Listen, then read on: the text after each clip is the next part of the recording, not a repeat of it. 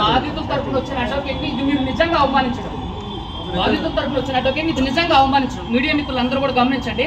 నేను కేసు పెడితే 2 వారాలు టైం తీసుకున్న సిఐ సార్ ఆవిడ కేసు పెట్టడంతో ఒక్క రోజులోనే ఎఫ్ఐఆర్ అయింది. ఇది ఎక్కడ నేను సార్ నేను ఎప్పుడు సార్ 22వ తారీఖు ఇచ్చా సార్ ఈ రోజు. మరి మంత్లీ గారు ఎట్లా ఒక్కరోజు అయింది సార్?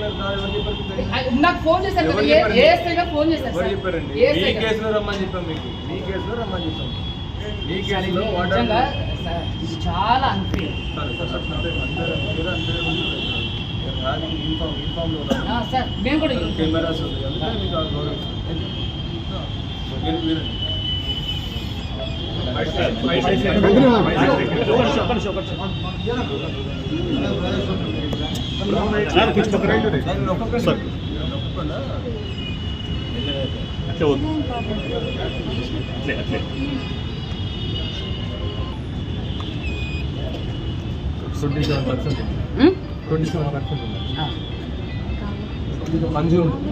ఆల్కహాల్ కన్జ్యూమ్ చేశారు, బట్ డ్రైవింగ్ చేయడానికి ఎలిజిబుల్ అంతే సార్. ఇది చూడండి, ఇది కేవలం కూడా నన్ను భయపెట్టే మభ్యపెట్టే ప్రయత్నాలు ఇవన్నీ కూడా సార్.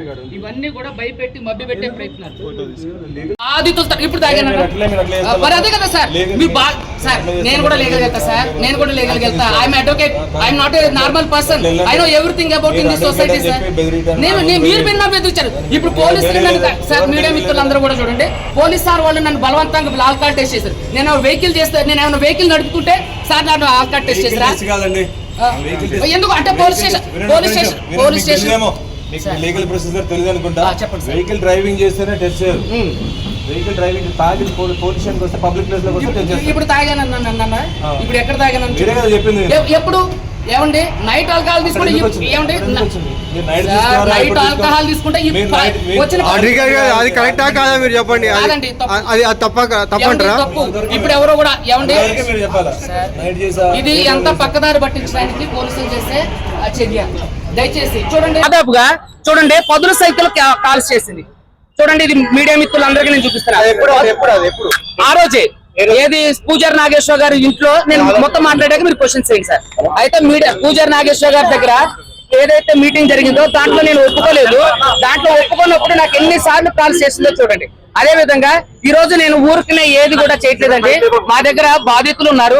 బాధితులు వాళ్ళకు జరిగిన అన్యాయాన్ని బట్టే మేము కోర్టులో కేసు వేయడం జరిగింది.